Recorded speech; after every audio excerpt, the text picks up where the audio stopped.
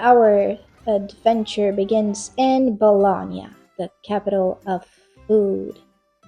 We stroll along the streets, admired the orange buildings, went into the Piazza Maggiore, stroll along the streets some more, went into a beautiful church, beautiful, just like my friend here.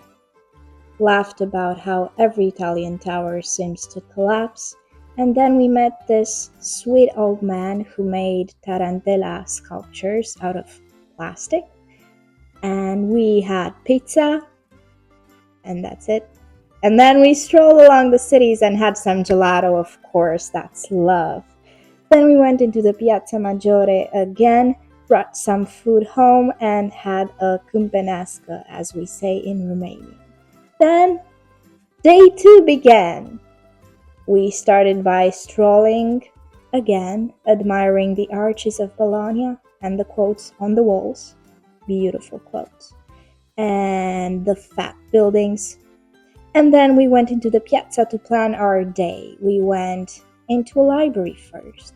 I got distracted by a chair, but then we visited the ruins beneath the library, and I was quite impressed by the fact that buildings that are over 1,000 years old are still there beneath us, and the stories of those who lived in them are not here anymore, and the only thing that remained are the stones. Anyway, enough of the deep stuff. Then we visited this interesting acoustic place.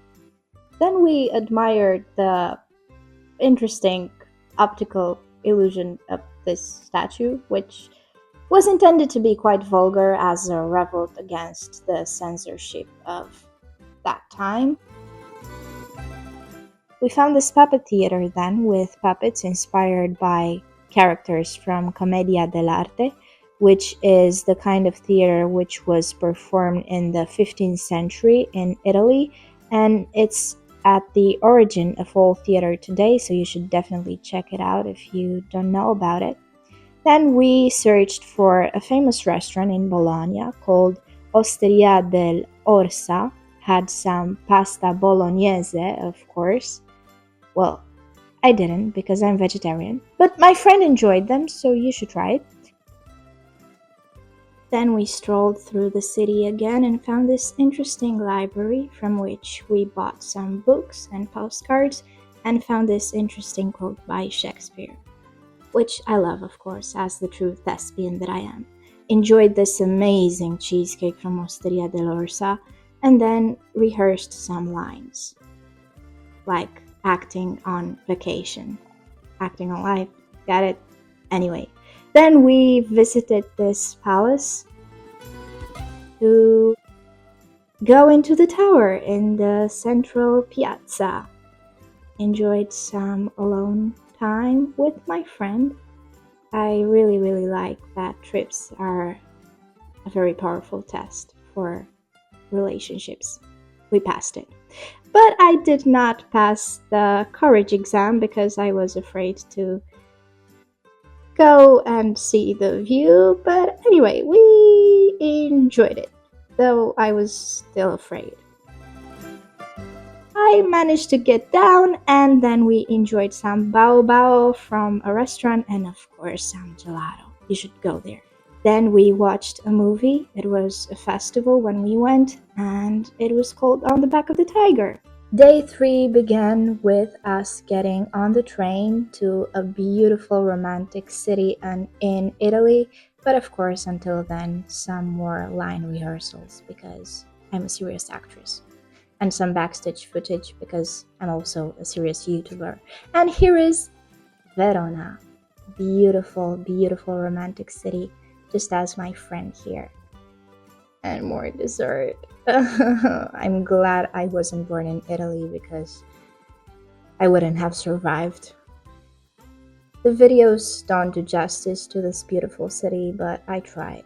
Of course, we had to go and visit the house of Juliet, which is not actually her house, but, well, it's a touristic trap if you ask me. Then we went and ate near the Arena here I am trying to eat some pizza. I didn't manage to eat it quite right. And here is some other pizza which I didn't manage to eat because the dog ate it for me. And here I am reading near a very romantic bridge at sunset. And then we went into the arena.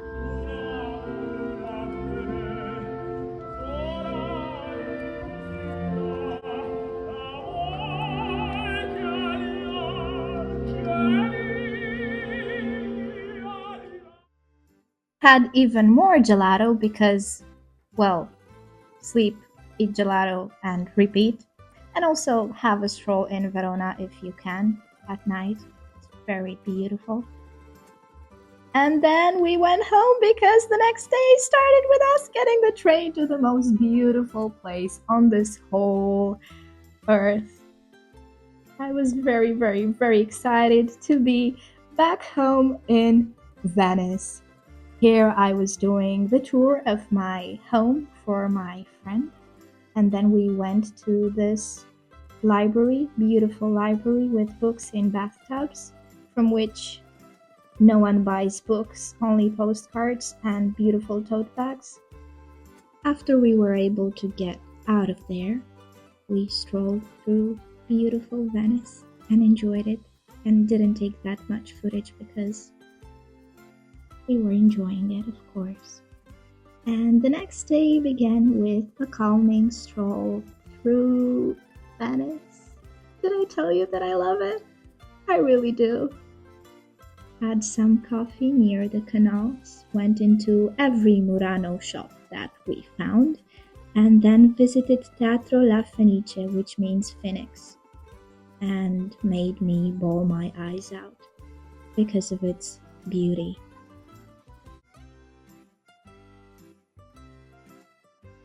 There was an exhibition of Maria Callas, which had a strong emotional thing on me because, well, she was just a normal girl doing her thing, enjoying it, and she became a legend.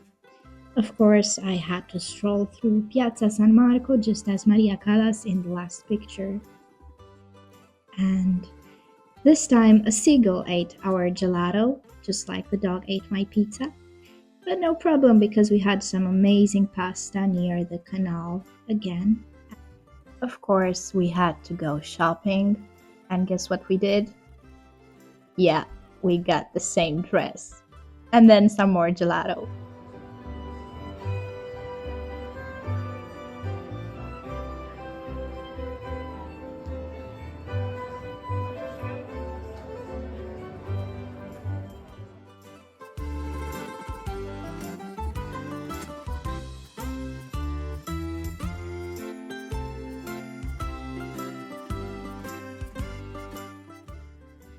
Of course, the last day was very emotional for me because I had to leave my home for now, and so I went and journaled near a canal and said farewell to my home. Until next time.